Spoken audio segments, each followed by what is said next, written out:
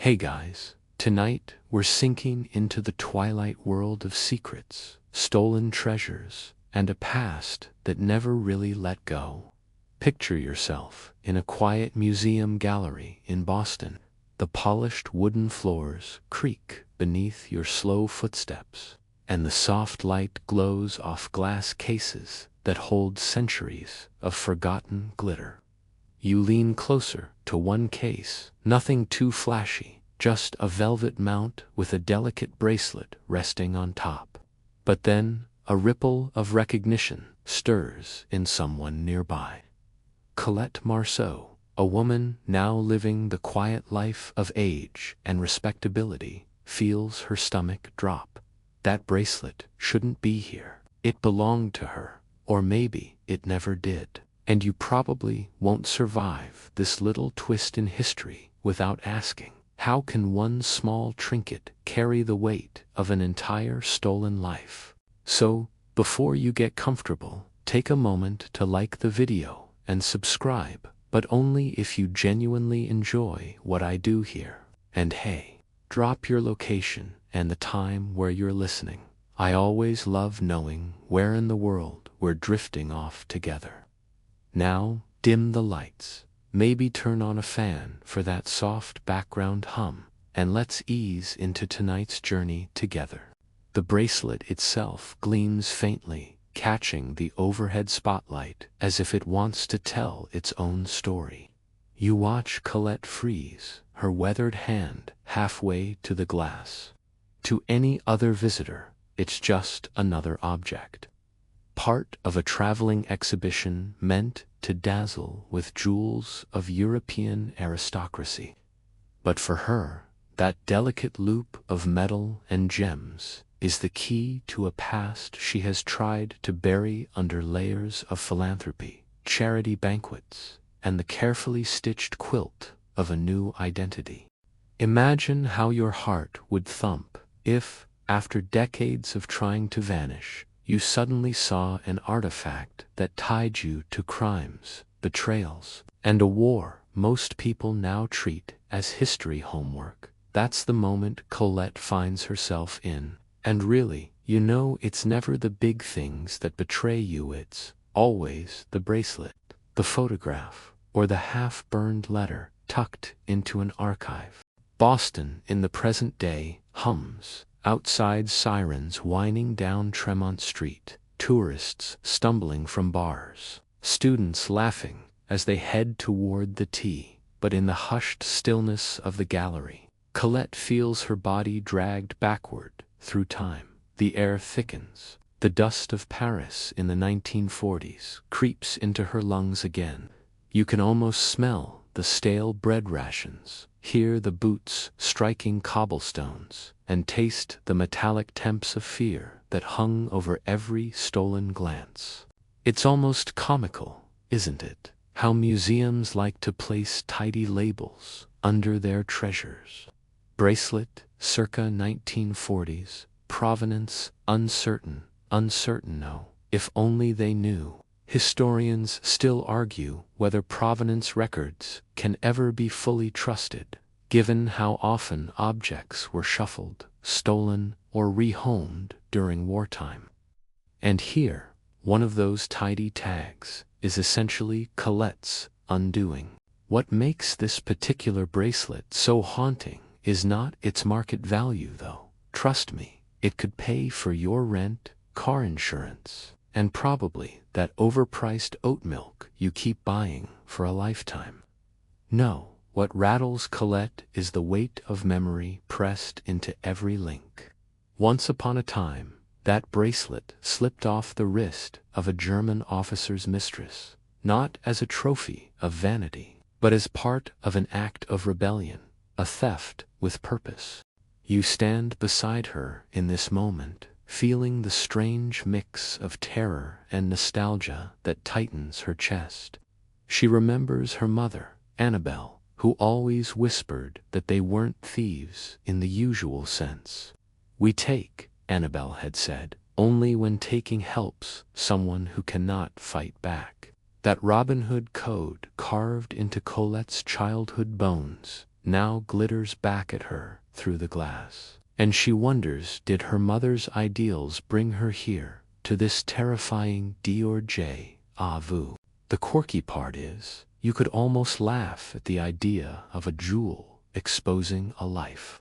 After all, entire libraries have burned without leaving such an explosive trail. Yet, here's this little bauble, daring Colette to remember the nights of coded knocks on doors, folded notes hidden in bread loaves, and footsteps scurrying across rooftops under blackout skies. And it isn't just the past that feels endangered. If anyone else in this gallery makes the same connection she does, then Colette's carefully manicured reputation, the one polished like silverware at charity luncheons, will tarnish instantly. You picture the headline now: beloved Boston philanthropist, once a jewel thief. It's the kind of headline that sells papers and ruins legacies. You lean in closer, almost hearing her breath catch, the old panic bubbling up. The last time she saw that bracelet was a lifetime ago, in a Parisian apartment where laughter and danger braided together. She thought it had vanished, consumed by the fires of war, or hidden in some Nazi vault, never to resurface. And yet, here it is, as smug as ever, twinkling like a tiny time machine, daring her to confess. Mainstream history reminds you that countless treasures stolen during World War II are still surfacing, paintings by masters, silver sets, jewels, all traveling through shady black markets before resurfacing in high-end galleries. Some museums admit quietly that half their collections carry gaps in the paper trail. The quirky tidbit? Occasionally, heirs of the original owners discover their grandma's tiara on display halfway across the globe and file lawsuits. You can almost hear lawyers sharpening their pencils. And yet, Colette's case is slipperier, because technically, the bracelet never belonged to her family in the first place. It was already stolen when she laid her hands on it. That double theft, first by oppressors, then by resistors, turns the whole story into one giant moral pretzel. Try untangling that after midnight. For now, though, you're standing in the dim hush of the gallery with her, sensing how fragile her world has become. She lingers a moment longer, then forces herself to turn away, her reflection sliding across the glass like a ghost. Outside the museum, the city is still awake, but she carries inside her a silence thicker than Boston harbor fog. One object, one glance, one stolen life stirring awake after years of sleep. And though Colette doesn't know it yet, tonight is the night the past decides it has been quiet for far too long. You trail after Colette now, following her thoughts backward through layers of time, peeling them away like old wallpaper until you land in the France of her childhood. The air smells different, their wood smoke, bread fresh from the village oven, and the sharp tints of river water. Colette is a girl again, knees scraped from climbing walls she wasn't supposed to, hair always a bit too wild for the neatly braided image her mother tried to keep. But then again, Colette Marceau wasn't much for convention herself. Annabelle had rules, yes, but not the kind you'd expect. Most mothers caution you not to take candy from strangers. Annabelle instructed her daughter how to take the stranger's whole purse, though, only if the stranger happened to be cruel, pompous, or strutting about with the kind of arrogance that begged to be cut down. You might think this sounds like parenting gone off the rails, but remember, we're talking about Europe between wars, when survival often depended on bending the moral compass until it nearly snapped. One of the first lessons happens on an ordinary afternoon in their provincial town. Colette remembers her mother spotting a local official, the kind of man who swaggered through the marketplace with a belly puffed out like a rooster and a hand ready to snatch apples without paying. Annabel leaned down, whispered, "See that one? He hasn't paid the farmers a fair wage in years. Watch." Then, with the sleight of hand of a seasoned magician, Annabel plucked his coin purse straight from his pocket and slipped it into Colette's small palm. "Now," she murmured, "go buy bread for the widow Duval. She hasn't eaten in days." Historians still argue whether Robin Hood-style justice really flourished in occupied or oppressed regions, or if it's simply the stuff of romanticized folklore. But here, in Colette's memory, it was all too real. That purse bought loaves of bread, a few vegetables, and even a small square of chocolate that the widow broke into tiny pieces, sharing with the neighborhood children as though it were a sacrament. Quirky tidbit for you. Did you know that during the 1930s in France, some people still used hollowed-out baguettes to smuggle letters? Imagine biting into your sandwich only to find coded instructions wedged between crumbs. Colette never quite did that as a child, but she learned to look at bread door, at anything mundane, as a possible hiding place for secrets. Growing up under Annabel's code shaped Colette in strange ways. While other children dreamed of dolls or bicycles, she dreamed of swift fingers and escape routes. There's a sort of mischievous poetry in the way she tested her skills, lifting handkerchiefs at Sunday gatherings, filching an apple only to leave it at the door of a hungry neighbor. Her heart would race, not from guilt, but from the thrill of defying unfairness, of snatching dignity from those who hoarded too much of it. Of course, Colette wasn't blind to the dangers. Annabel's lessons weren't playful games. She drilled her daughter on when to strike, and more importantly, when to vanish. "You don't take unless it matters," she would warn, "and you never linger. If you get caught, you're not a hero. You're just a thief." That gray zone would shadow Colette for the rest of her life, the uneasy dance between justice and crime. You picture them walking home after one of these little escapades, Annabel's arm linked with her daughter's, the stolen goods hidden in an ordinary basket of onions. To passers-by, they looked like any other mother and child returning from the market. Only Colette felt the buzzing heat of adrenaline in her chest. The world thought them ordinary. Inside they were conspirators in a secret crusade. Mainstream fact here. Between the wars, France saw rising poverty and sharp inequality. While Paris glittered with cafes and cabarets, many small towns sank into hardship. Petty crime rose steadily, often justified by necessity. This is the soil in which Colette's sense of justice sprouted, not just rebellion for rebellion's sake, but survival with a moral twist.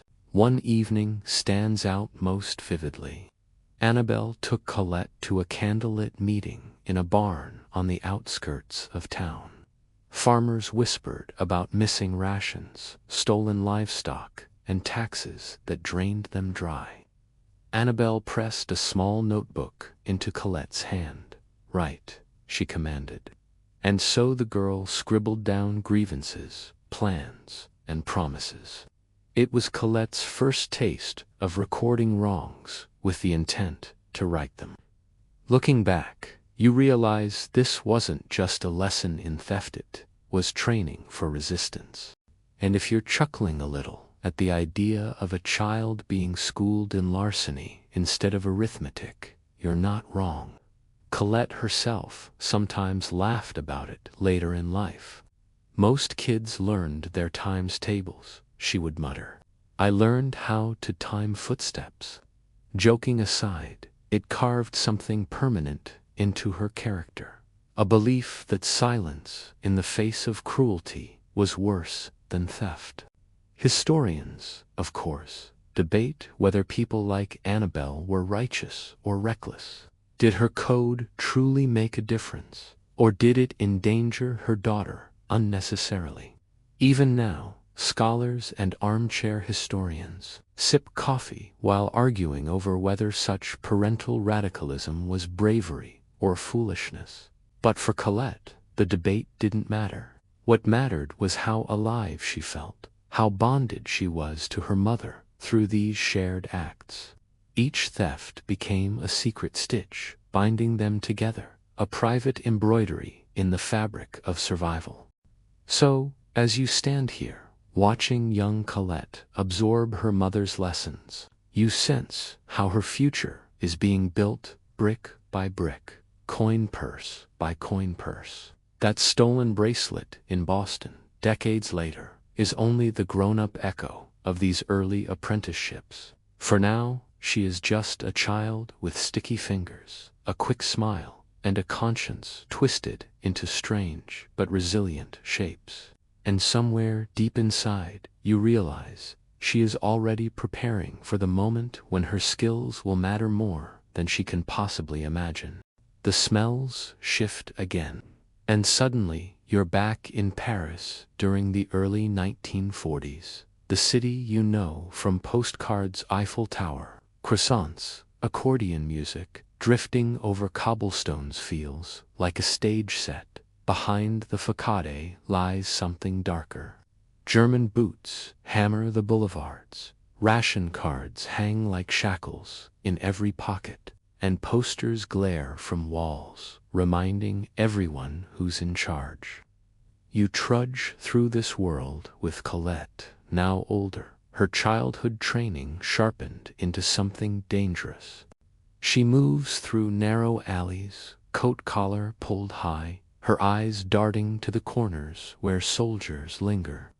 Paris isn't just a city anymore, it's a chessboard, and every piece is watching.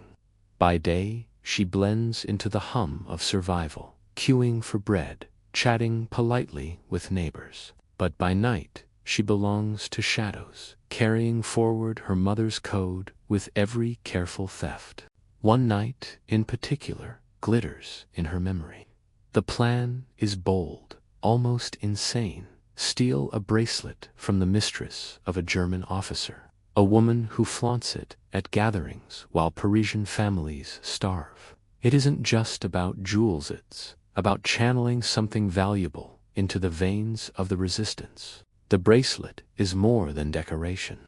It's leverage, a way to buy safe passage, food, or weapons. You follow Colette as she enters the apartment building, heart thudding so loudly you half expect the walls to complain. She's rehearsed every move, the doorman's absence, the window that doesn't quite latch, the way the mistress leaves her jewelry tray on the vanity like a dragon, too proud to guard its treasure. Quirky tidbit for you. During the occupation, Parisians sometimes hid contraband inside hollowed-out heels of shoes. Imagine stomping through checkpoints while literally carrying secrets underfoot. Colette, though, doesn't need fancy tricks tonight. Her fingers are steady, her breath shallow, and when she lifts the bracelet, it feels almost alive, as if pulsing with the risk wrapped around it.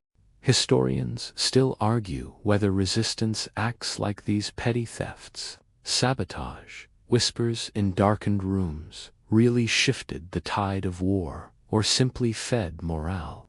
But to the people risking their necks, each stolen object or sabotaged train carried the weight of rebellion.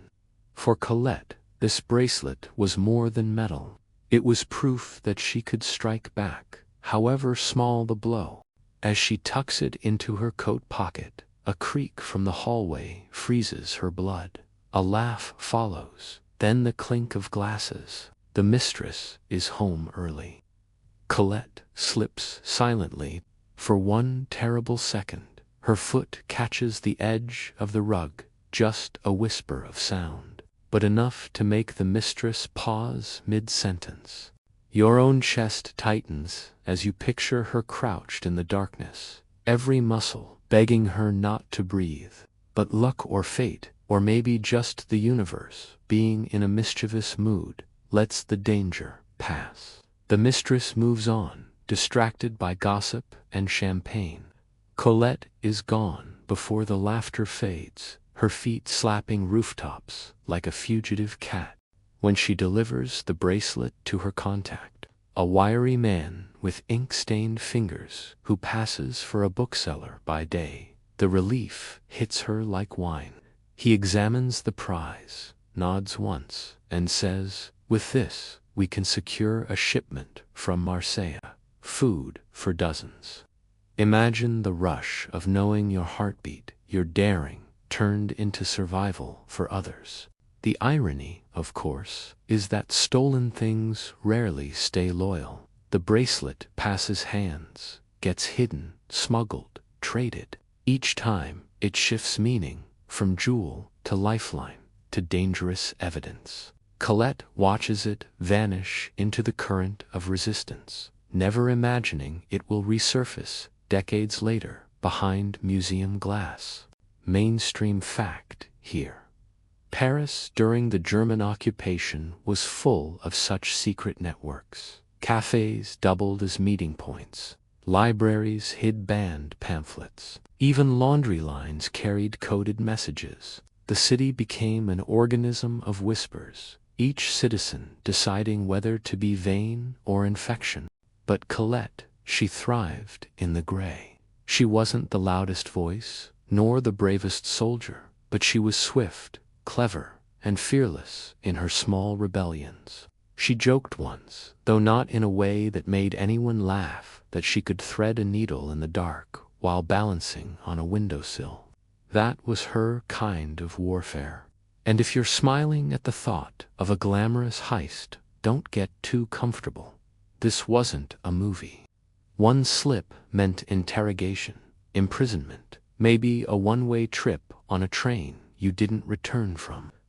The suspense hung over every step like rain clouds ready to break.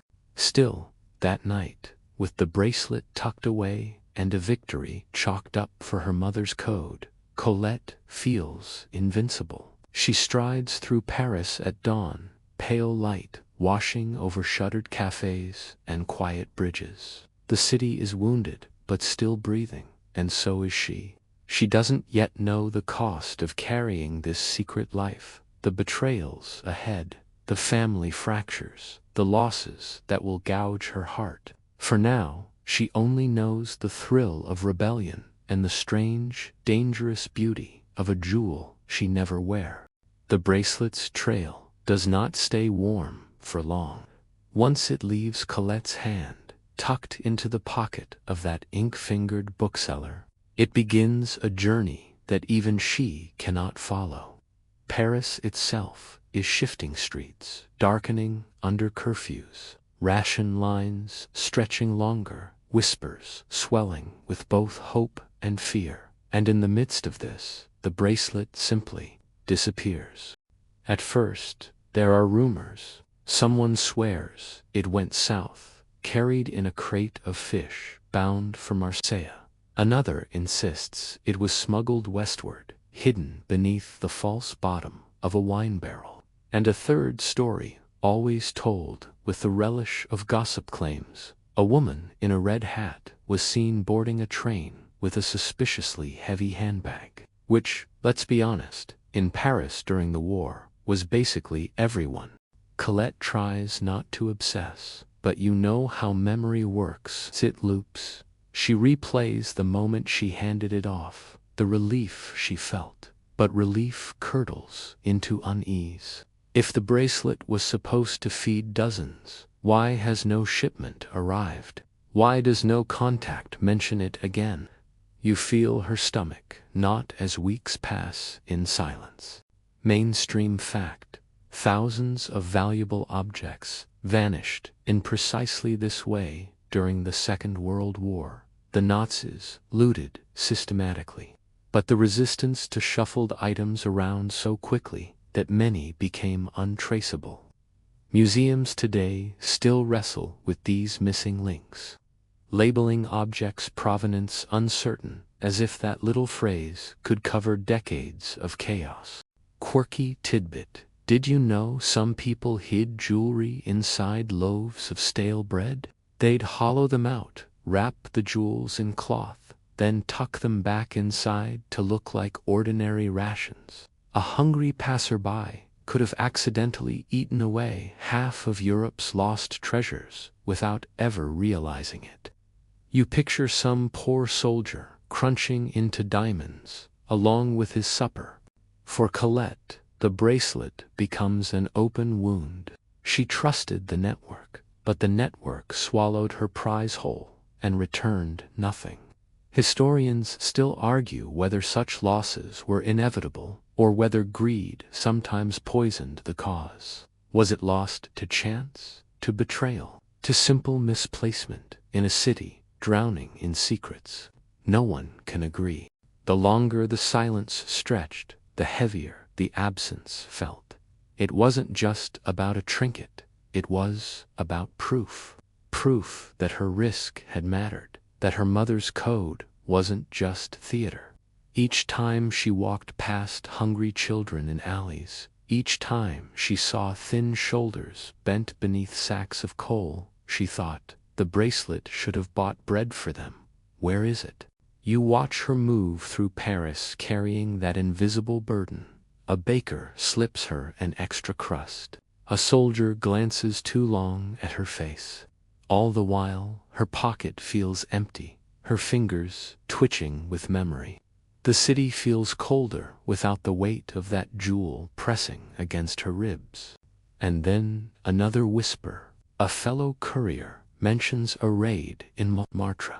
The Gestapo storming into a cellar, seizing crates, papers, lives. Was the bracelet there? No one knows. Or perhaps it never made it that far.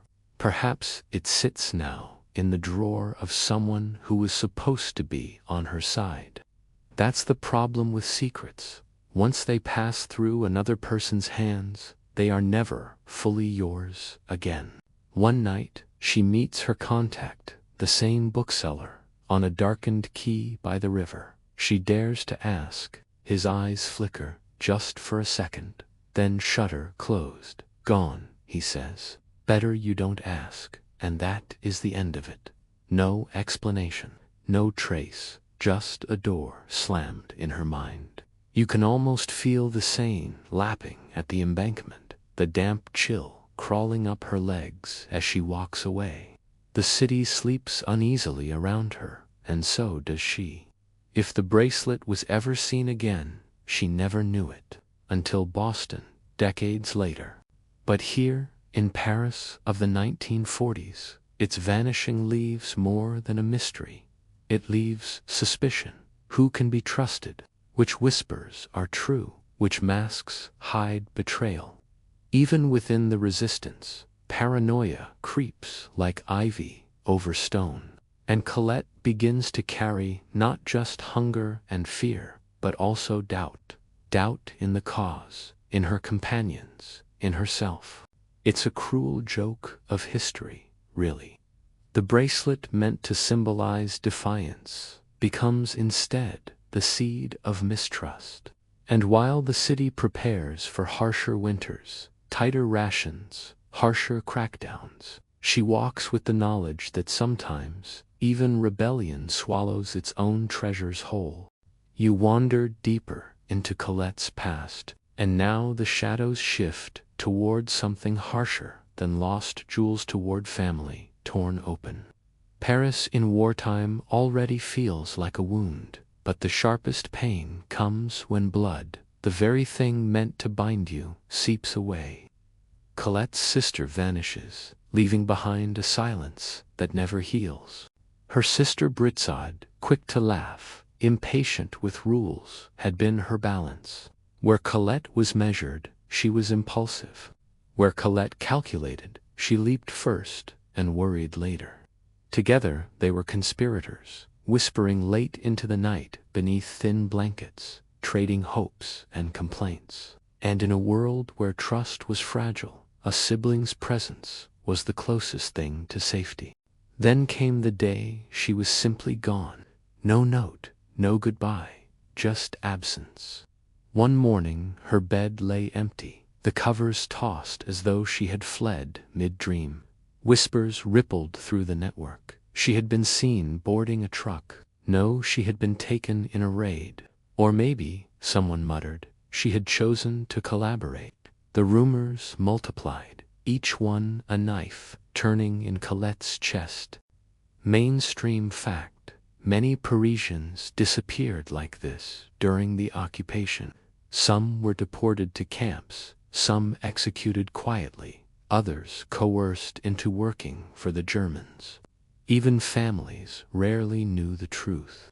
Historians still argue whether ordinary citizens had any power to find out, or whether the fog of war made every absence a mystery without resolution. The quirky tidbit: in some neighborhoods, when someone disappeared, neighbors would secretly keep watering the plants on their windowsill, an act of defiance. A quiet hope that one day the missing person would come back and find life still waiting. Colette often caught herself glancing at her sister's windowsill plants, withering without care, and thought bitterly of this custom. She didn't dare water them herself. It felt like tempting fate. For Colette, the disappearance was more than personal loss, it was a fracture in the code her mother had given them. If the bracelet had been swallowed by the Resistance's shadow, now her sister had been swallowed by something darker, more final, and Colette couldn't decide which cut deeper, the possibility of betrayal or the certainty of loss. She searched, of course. You walk with her, through alleys, through checkpoints, through half-whispered interrogations of contacts who shrank away at the mention of her sister's name. Every time she thinks she's found a lead, it evaporates. A soldier claims to have seen her at a cafe. A laundress swears she was marched toward a prison. A boy insists she slipped away toward the countryside. But none of these paths end in truth. The city itself seems to mock her. She passes other sisters arm in arm, laughing despite ration cards. She overhears children teasing one another in accents her sister once imitated. And every time a German truck rumbles down the street, she flinches, wondering if her sister is inside. Staring out with terrified eyes, over time, the silence grows heavier than screams. Colette learns to carry it like another rationed burden. She folds it into her pocket beside the memory of the bracelet, another weight that no one else can see. On some nights, she swears she hears her sister's voice in dreams, calling her name across the river. She wakes with her chest aching, knowing the city has stolen one more piece of her life. What's cruel is how ordinary the moment feels, the day you realize someone is never coming back. There is no thunderclap, no dramatic revelation, just a slow erosion. A bed left unmade, a door that never creaks open again. And Colette, who has trained herself to slip into shadows without leaving a trace, now faces the unbearable truth: someone has done the same to her. Historians sometimes phrase it clinically: civilian losses during the occupation, as if these were mere statistics neatly filed. But for Colette, it is the jagged edge of memory, one she cannot smooth down. Even decades later, when she sees the bracelet in Boston, the old wound throbs, reminding her that stolen objects can resurface, but stolen people rarely do. You picture her sitting at her window one evening, candle flickering low, clutching her knees to her chest. Paris outside is muffled, curfews pinning people indoors. She whispers her sister's name once, as if it might travel into the night and find her. But the name dies in the stale air. So, when you think back to that gleaming bracelet in the museum case, remember this: it wasn't just a jewel. For Colette, it was the twin of her sister's absence, both swallowed by war, both carried like ghosts in her memory. One would resurface, gleaming smugly under glass. The other would not. You drift forward with Colette into the long stretch of years after Paris, where survival transforms into reinvention. Boston now hums with a different kind of rhythm, streetcars clattering, Irish pubs spilling laughter, brick buildings warmed by autumn leaves. And there she is, Colette Marceau, no longer the girl who leaped across Parisian rooftops with stolen jewels in her pocket, but a woman who wears pearls at luncheons, signs checks at charity galas, and appears in society pages with a smile so polished it could blind you. Yet beneath that respectable surface, the old code still breathes. You can picture her slipping through crowded fundraisers, her hands resting lightly on shoulders, her laughter blending perfectly with the room. But even now, her eyes flick to doorways, her ears catch the faintest shuffle of footsteps behind her. Once you've lived in the shadows, you never quite leave them. It's almost ironic. The very skills that once made her a thief now make her a master philanthropist. She reads people like open books, spotting lies before they finish forming. She knows when a donor is bluffing about his generosity, when a politician is promising favors he'll never deliver. And with a smile, she leans in, guides them, manipulates, gently stealing not jewels this time, but commitments, signatures, checks. If her mother had once taught her to lift coin purses for widows, now she lifts thousands from wealthy egos for hospitals and schools. Mainstream fact here. After World War II, Boston became a hub for European refugees, many of whom quietly rebuilt their lives without ever telling their full stories. Some founded businesses, some blended into academia, and some, like Colette's, slipped into social circles where reinvention was easier than confession. And the quirky tidbit: in Boston's Back Bay during the 1950s, there was a running joke about ladies who lunch competing not with fashion, but with how extravagant their charity raffles could be. Colette excelled at this game. She once raffled off a purebred poodle, though, between you and me, the poor thing ended up chewing through more table legs than the fundraiser ever anticipated. But for Colette, the game was never just about appearances.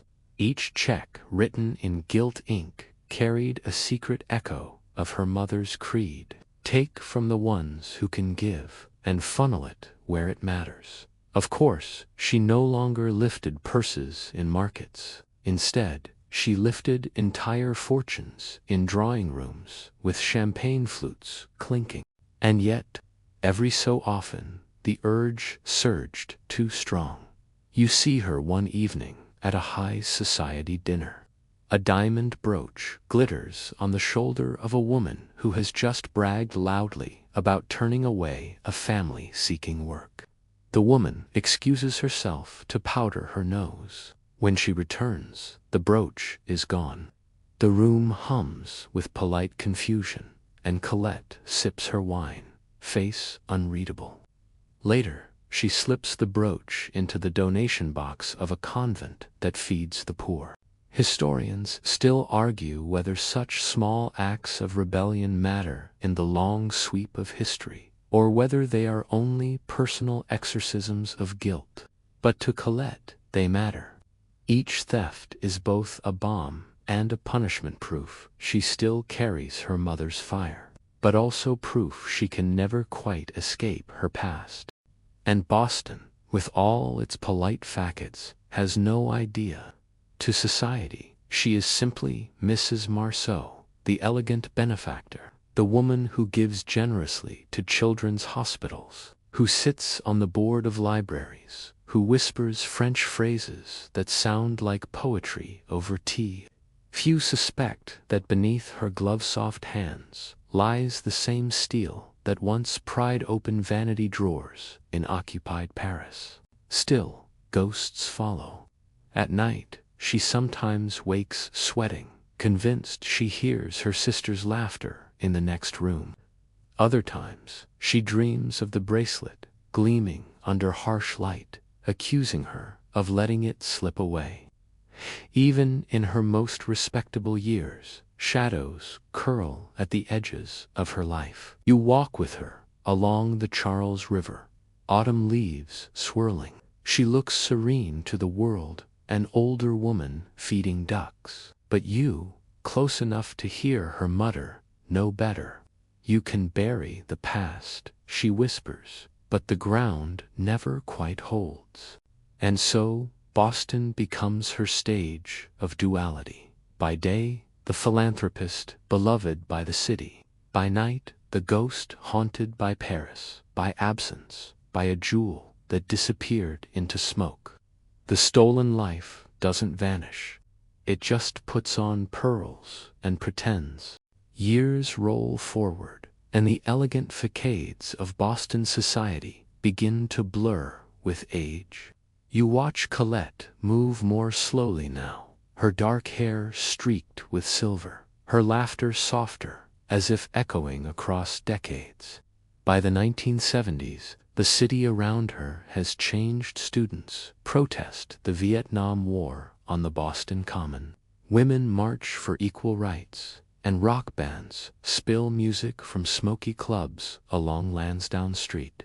Colette is no longer the radiant young widow turning heads at galas. She has become something stranger, a woman with 2 full lifetimes hidden inside her, still refusing to explain herself to anyone.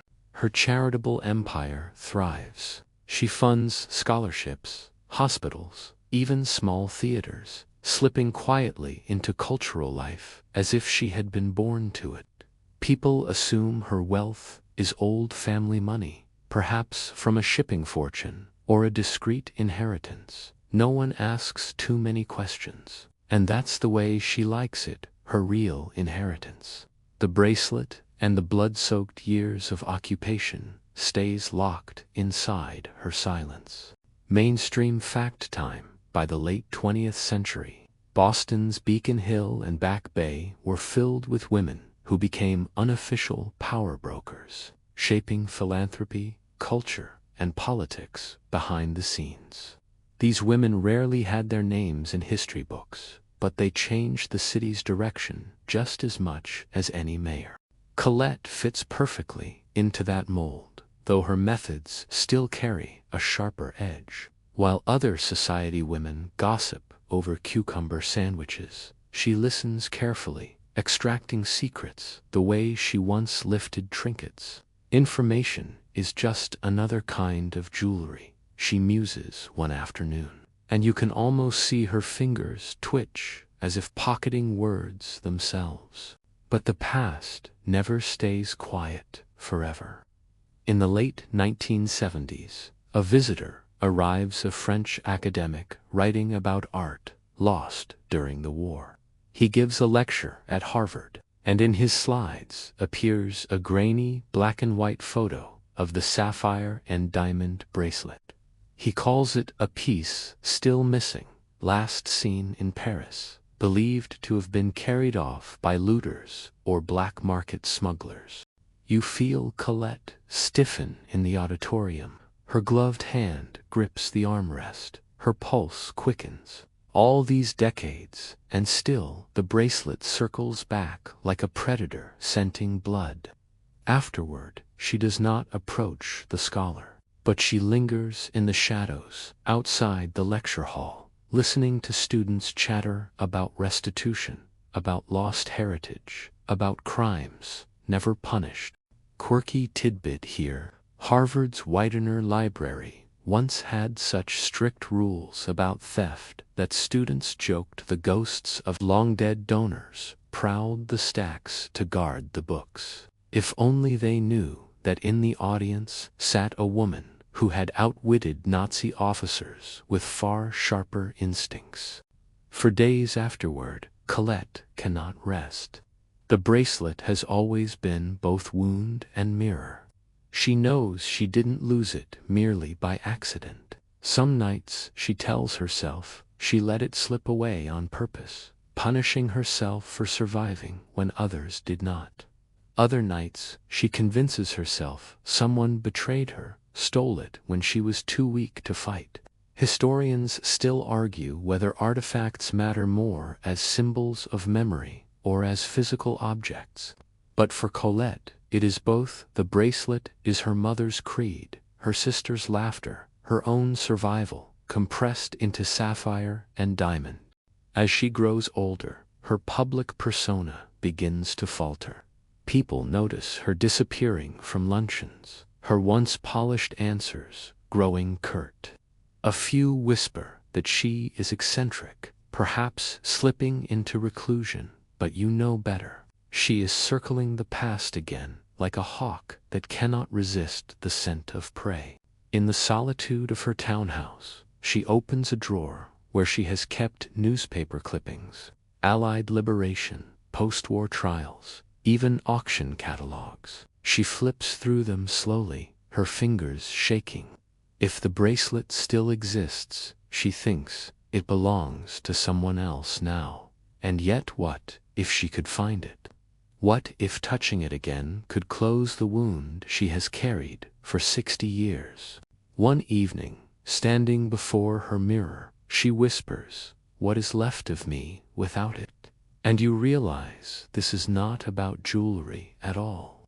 It is about stitching together a self-split. Boston hums outside, cars honking, the Charles River glimmering under moonlight. But inside, Colette sits very still, staring into her reflection, as if daring it to finally tell the truth.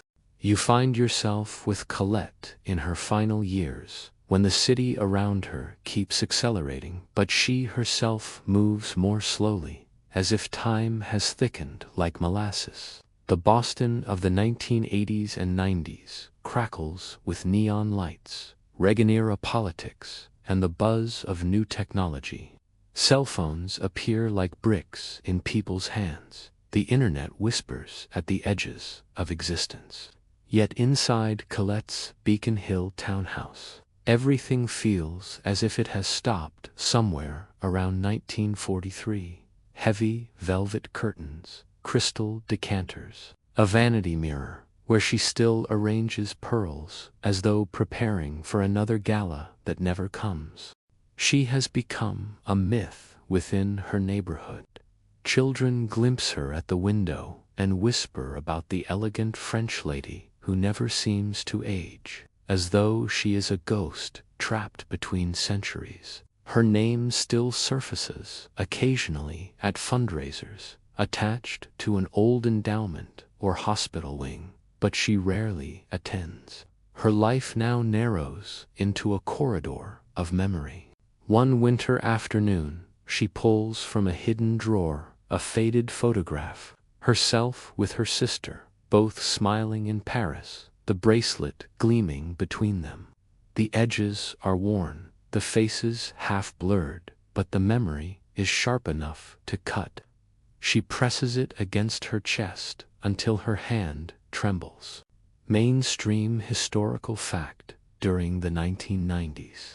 International pressure grew for museums and private collectors to return art and jewelry looted during World War II. Lawsuits, trials, and restitution cases became regular news, stirring old wounds and reopening debates about memory, justice, and ownership. The ripple reaches Colette. On the evening news, she hears of another family reclaiming heirlooms once stolen by Nazi officials. Sometimes the pieces return home after 50 years. Sometimes they resurface in dusty safes or glamorous auctions. Each story gnaws at her. The bracelet, her bracelet, might still exist somewhere in a Swiss vault, a private collection, maybe even sparkling under the lights of Sotheby's. But here's your quirky tidbit. Sotheby's once accidentally sold a Victorian brooch in the 90s without realizing it contained a secret compartment stuffed with microfilm from the Cold War. You can imagine Colette snorting softly at that. Objects always keep secrets longer than people do. She grows frailer, but her wit never dulls. When a young neighbor offers to carry her groceries, she quips, "Careful, boy. I once carried diamonds heavier than these apples." He laughs, assuming it's a joke. You know it isn't. Historians still argue whether obsession is a form of survival or a slow surrender. For Colette, the line blurs. Nights stretch long, and she finds herself whispering to her reflection, as though her sister might answer back. Did I lose it, or did it lose me? Her townhouse becomes both sanctuary and prison. Dust settles on her old pearls, but she polishes them anyway, ritual over necessity. She walks less, but when she does, it is to the library or a quiet church pew, where she prays without words, as if the bracelet itself were a prayer left unfinished. In the final decade, she makes fewer friends, answers fewer calls. Yet every now and then, she surprises someone with a gift on envelope slipped under a door, a check written to a struggling student, a brooch given to a widow. She gives pieces of herself away, as if scattering breadcrumbs, perhaps hoping they will lead her back to the girl she once was.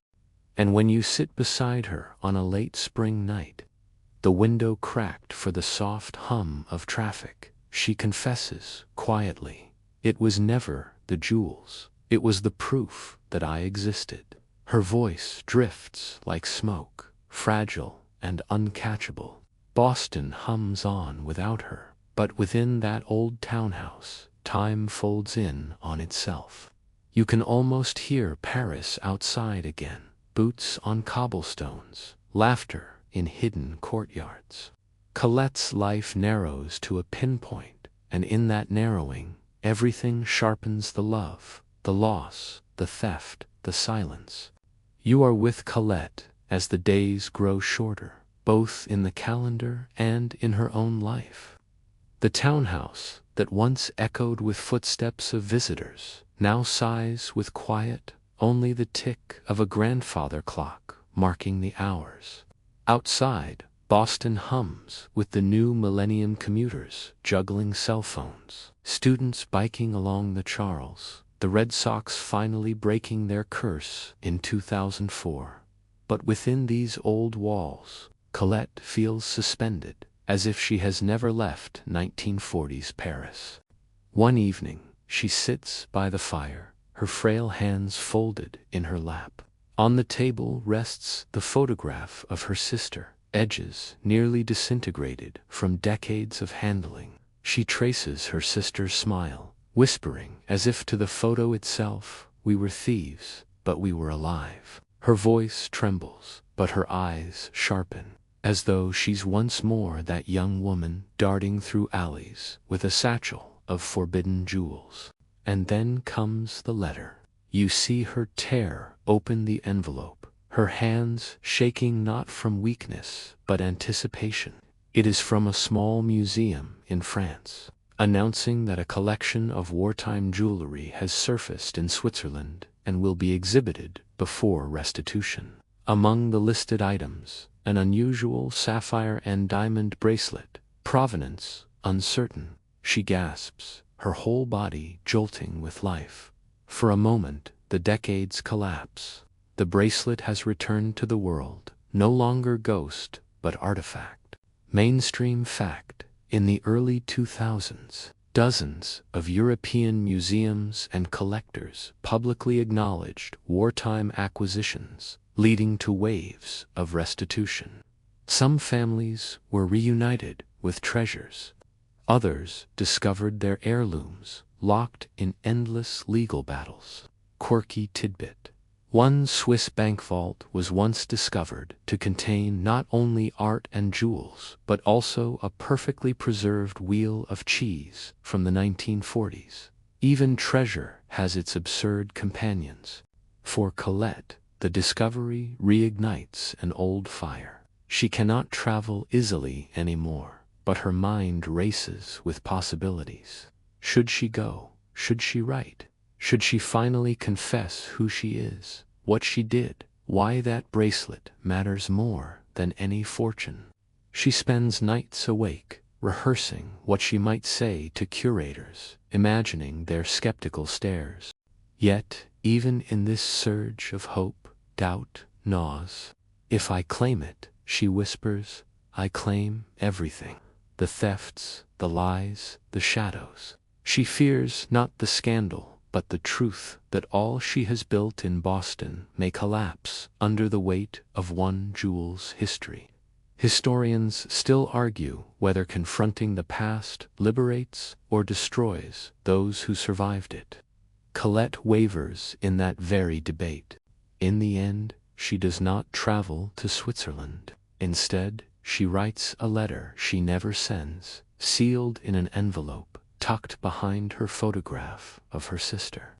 In it, she describes the bracelet in meticulous detail, recounts its theft, its loss, and her own shame.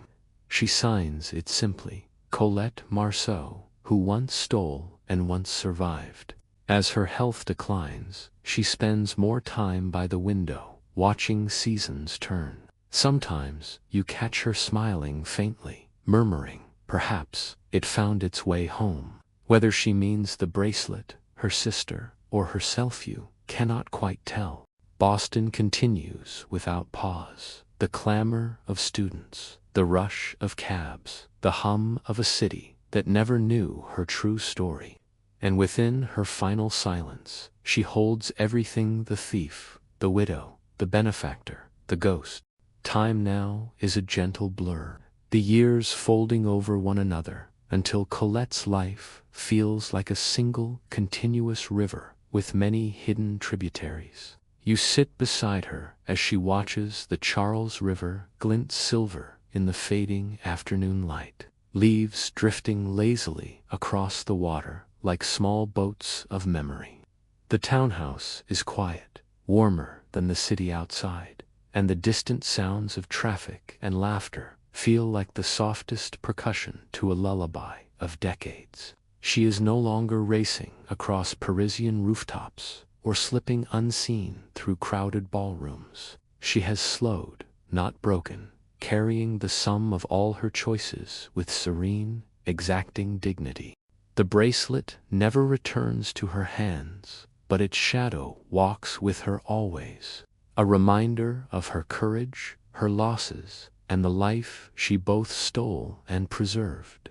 You notice her gaze sometimes drifts to the horizon, imagining streets she can never walk again, streets where her sister's laughter might still echo in some parallel memory.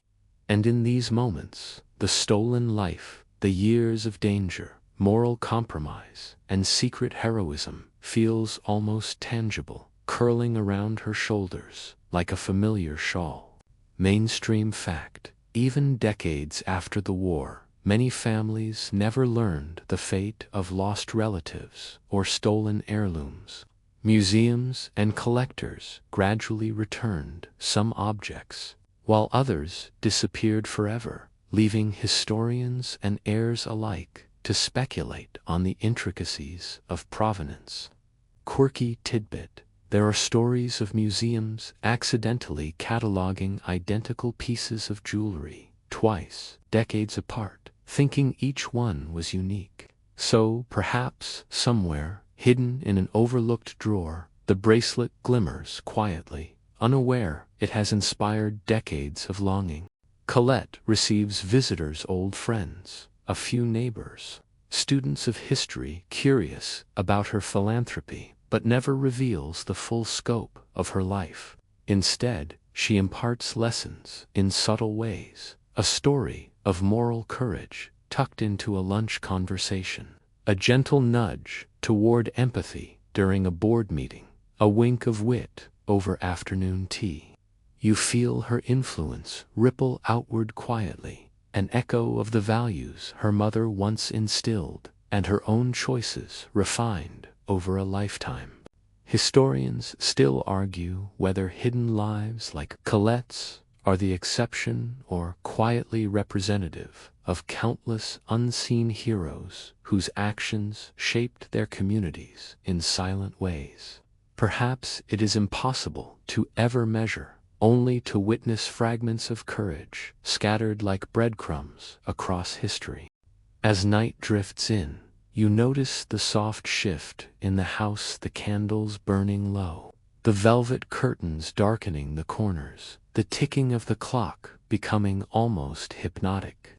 Colette sits in her favorite chair, a shawl over her lap, hands folded neatly. Her eyes close briefly, imagining Paris, her sister, the countless choices that led her here. You sense her breathing slow, in rhythm with the city outside, in rhythm with the life she carried and protected. The stolen life, once frantic and dangerous, has softened into reflection and quiet influence. There are no more chases, no more hidden messages, no more sharp edges of morality tested under fire. Only the long settling of dust, the soft folding of years, and the feeling that, at last, the story can rest both hers and yours. The listener tracing her footsteps through history. Now, let's slow everything down completely. You feel your eyelids grow heavier, your breath lengthening, the world outside softening into a gentle hum. Imagine Colette sitting by her window, the last light of day brushing her face, the air carrying the faint scent of paper, candle wax, and distant rain. Time itself seems to stretch, unspooling like thread through your fingers, and you realize the years of her life, Paris rooftops, lost jewels, whispered secrets, Boston streets have folded neatly into this quiet moment. The city outside continues, but you are suspended with her, in a space that is neither past nor present. Perhaps you sense her sister's laughter in the breeze, the faint glimmer of a bracelet that traveled centuries, the steady rhythm of a heart that survived everything it faced. These details, once sharp and urgent, now soften, like echoes fading over water. You breathe in and out, matching that rhythm, letting the tension and the thrills of history slip from your shoulders. Colette's life teaches you that even stolen moments, even losses, can transform into something quietly magnificent. Courage does not always roar. Sometimes it whispers in hallways, slips into charity envelopes, lingers in the memory of someone who saw and acted and carried forward. And you realize that the shadows of her choices, the silent strength of her survival, leave a warmth you can carry with you long after the story ends. Your body feels heavier, your mind slower, as if each word you've heard has gently brushed your consciousness with velvet. The adrenaline, the intrigue, the danger, all of it has been folded down into this calm. You let your awareness settle into the comfort of soft repetition. Footsteps, whispers, streets, rooms, faces you will carry quietly into sleep. Now, dim the lights, maybe turn on a fan for that soft background hum, and allow yourself to drift alongside her, floating through the centuries of her stolen life, soothed by the rhythm of history, by memory, and by gentle reflection.